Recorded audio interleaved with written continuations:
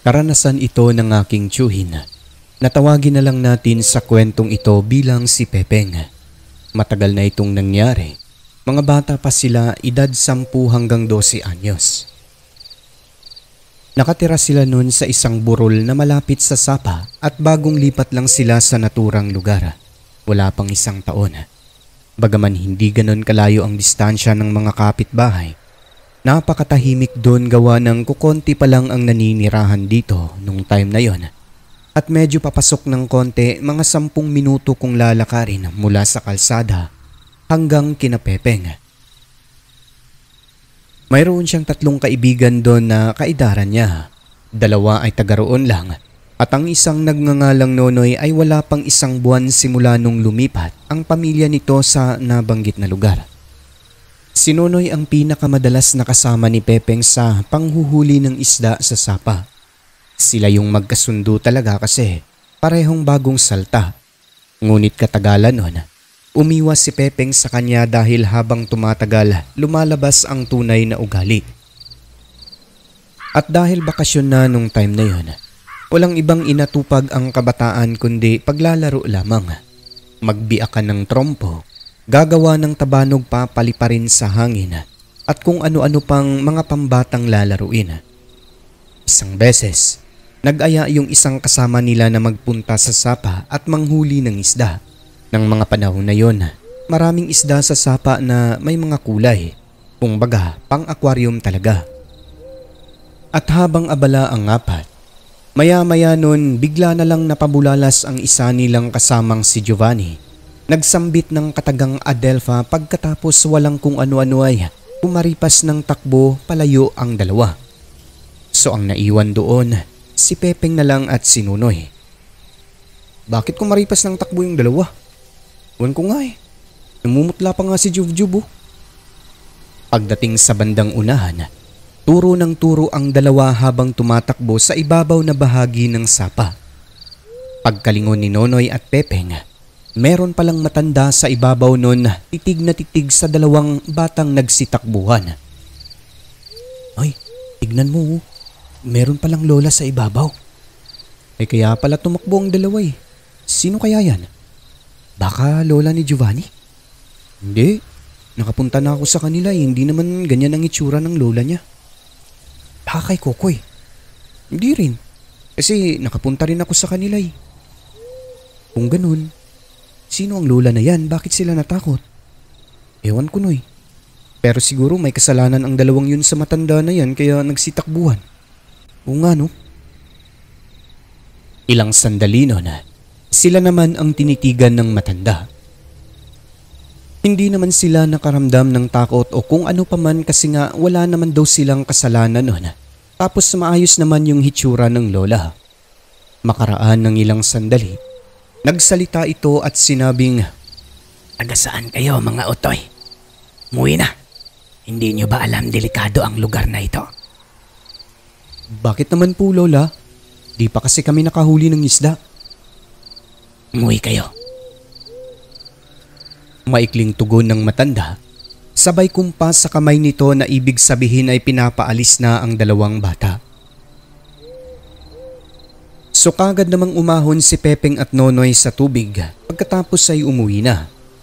Nang makarating ang 2 sa tambayan nilang magkakaibigan kung saan naghihintay naman si Kokoy at Giovanni, ang sabi ng mga ito, dapat tumakbo na rin daw ang 2 dahil yung matanda na si Adelpha ay isa umanong aswang. Bakit nyo naman nasabi?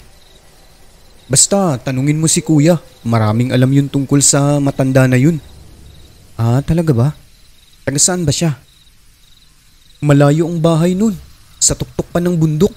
Tapos nakarating dun eh, kung galing siya sa tindahan hindi naman doon ang daanan pabalik sa kubo niya. Baka sinusubaybayan tayo eh. Alam namin may ibang pakay yun. Buti at sumunod ka agad kayo. Baka mapahamak kayo doon. Umuwi na rin kasi sabi ng matanda malapit na raw magabi at delikado raw ang lugar na yun. Paanong di magdelikado aswang matanda na yun? Talaga ba? Oo. Hali kayo, nandun si kuya Tanungin natin.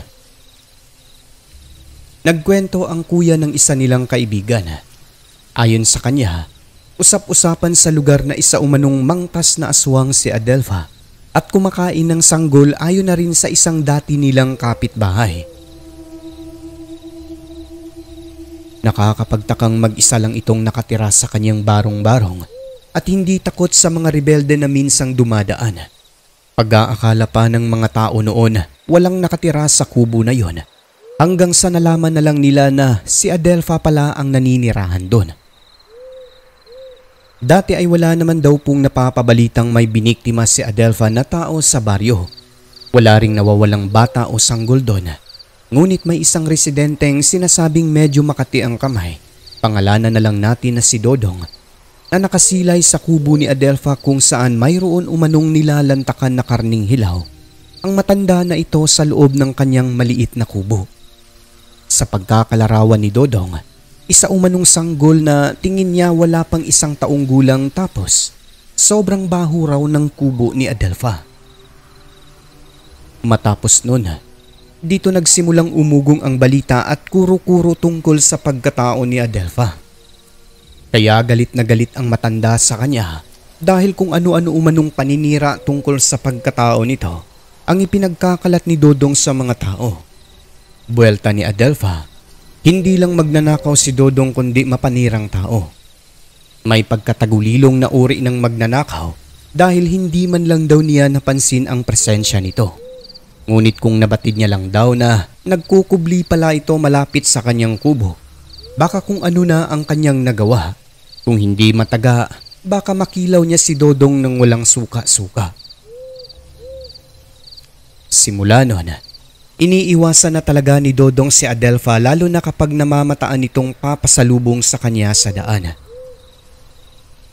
Makalipas ang ilang buwan noon, nagulat na lang ang lahat kasi nawala sa tamang pag-iisip itong si Dodong. Sa umpisa ay natatakot lumabas ng bahay kasi meron daw nakasunod lagi sa kanya na pagkakalarawan pa nito, isang kaluluwa.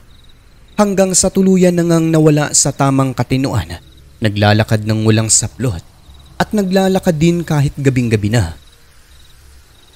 Dumating sa punto na bigla na lang itong naglaho na parang bula.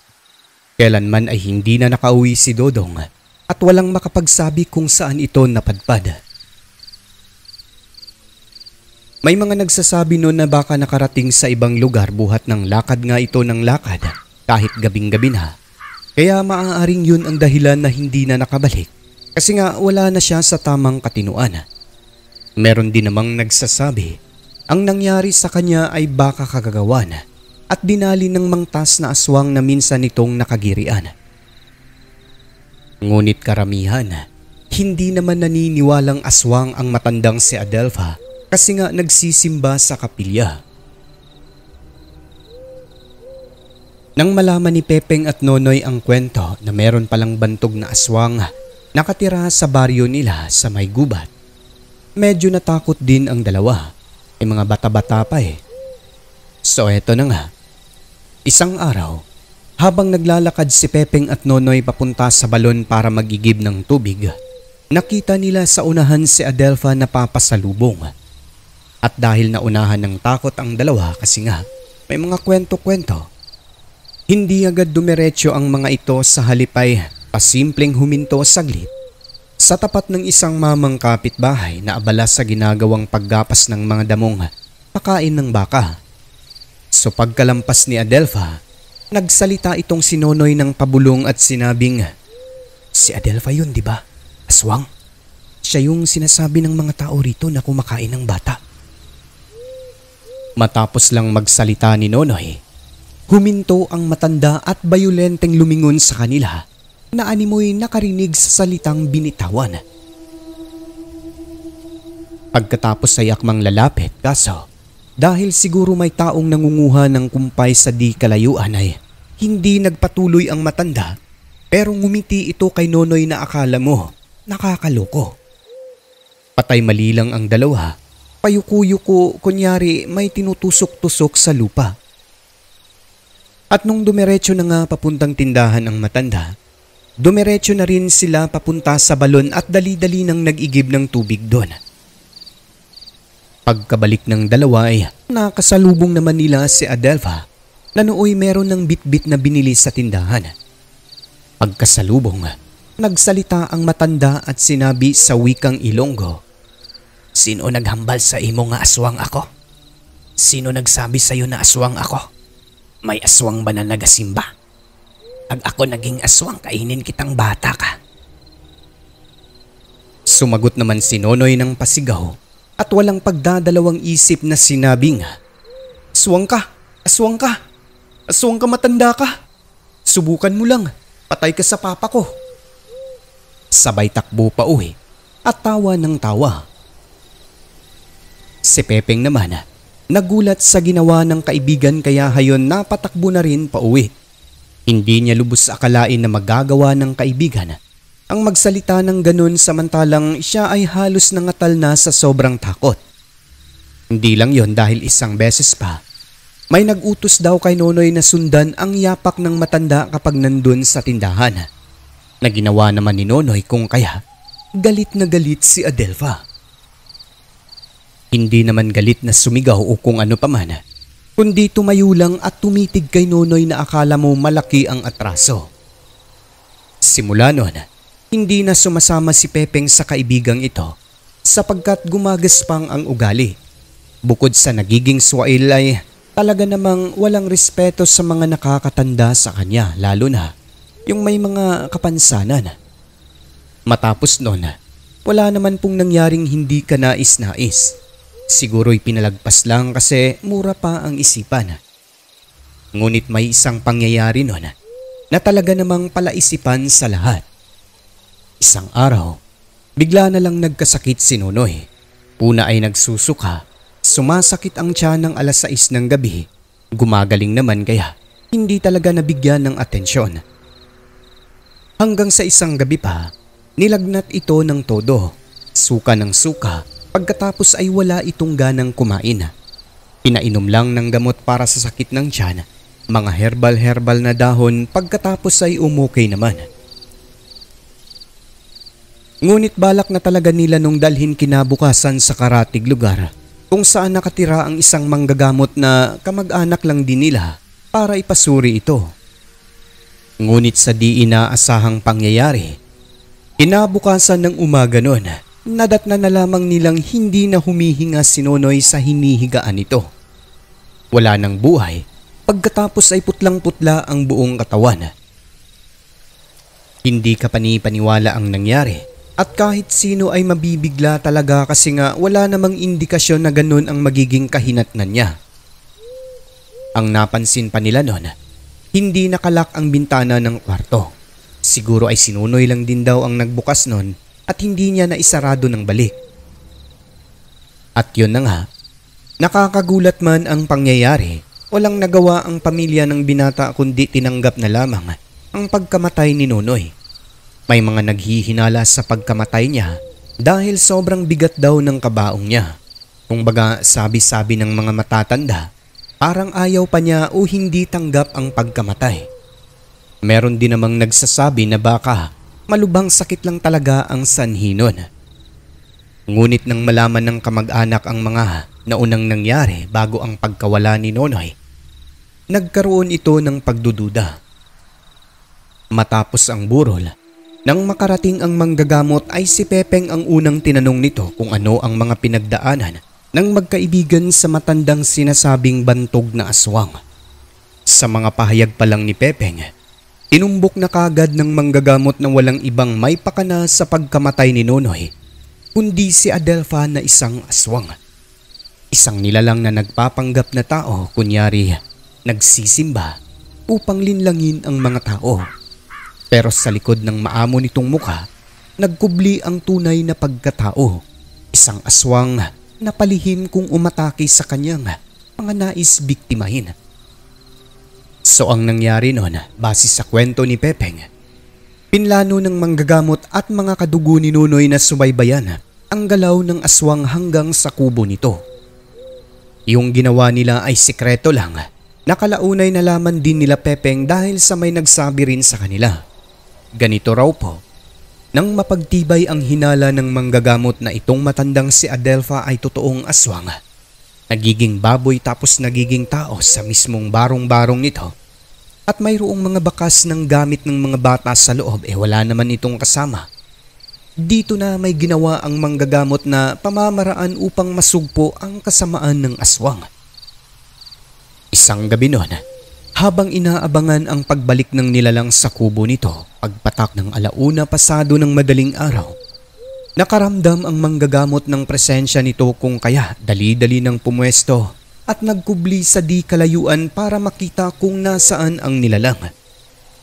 Nang maya-maya pa, nasilay nila ang isang malaking itim na baboy na mayroong tangan na bagay sa bunganga nito.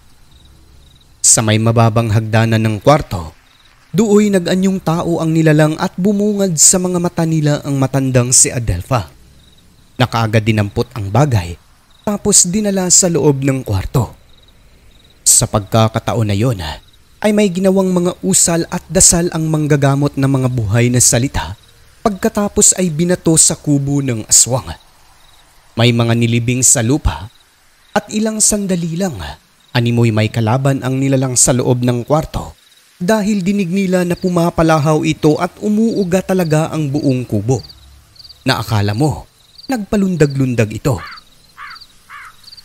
Sa puntong yun ay pinasok na ng manggagamot at ng mga kasamahan nitong kadugulang din ng pamilya nila Nonoy. Sa loob ay nasilayan nila ang aswang na namimilipit sa sakit. Hindi na umano hitsura ni Adelfa kundi nasaan yung aswang na sobrang haba ng dila at halos puputok ang bilugang mga mata na ubod ng pula. Yung bagay naman po na tanga nito, kung hindi sila nagkakamali ay parte ng katawan ng sanggol. Walang ideya kung saan galing kasi nga wala namang napapaulat na may nawawalang bata sa lugar. Pero maaaring galing sa mga karatig baryo o di kaya'y baka pinalitan ang katawan ng biktima ng katawan ng saging kaya hindi nalalaman. So ayun na nga, saan man nanggaling ang bata na yon. Nang makita ng manggagamot walang kung ano-ano ay upang matigil na ang kasamaan ng nilalang, tinuluyan ito ng manggagamot sa pamamagitan ng pagtarak ng punyal diretso sa puso. Hindi na binigyan ng pagkakataon na makalabas ng buhay. Pagkatapos ay sinunog ang bangkay kasama ang kubo nitong ubod ng langsa. Sa kanilang ginawa, kahit papano'y nabigyan naman daw nila ng hustisya ang pagkamatay ni Nonoy at ng iba pang mga biktima ni Adelfa na hindi nakilala. Na ang mga kaluluwa ng mga yon ay natahimik na kahit papano. Matagal bago nalaman na wala na ang aswang. Nagtaka na lamang ang mga residente noon. Wala na ang matandang hindi tumatanda. Wala na si Adelfa na nagsisimba ngunit lumalabas din sa oras ng komunyon. Ang sabi ng iba baka umalis na at sinunog ang kubo nito kasi nga amoy na ang baho sa baryo. Meron din namang nagsasabi na baka dinali ng mga rebelde. Ngunit ang hindi nila alam, pinatay na ito ng manggagamot at ng mga kadugo ni Nonoy upang matapos na ng tuluyan ang kanyang kasamaan.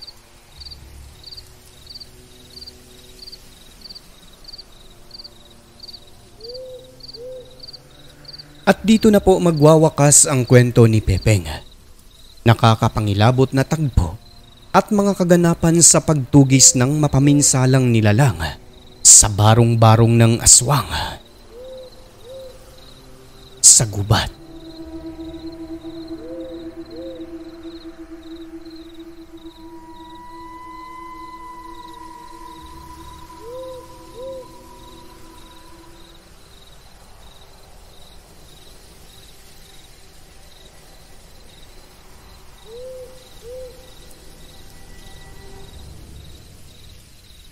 Ang mundo ating ginagalawan, nababalot ng kahiwagaan na tanging ang Diyos lamang ang siyang may kasagutan. Ako po si Alex. Magandang gabi.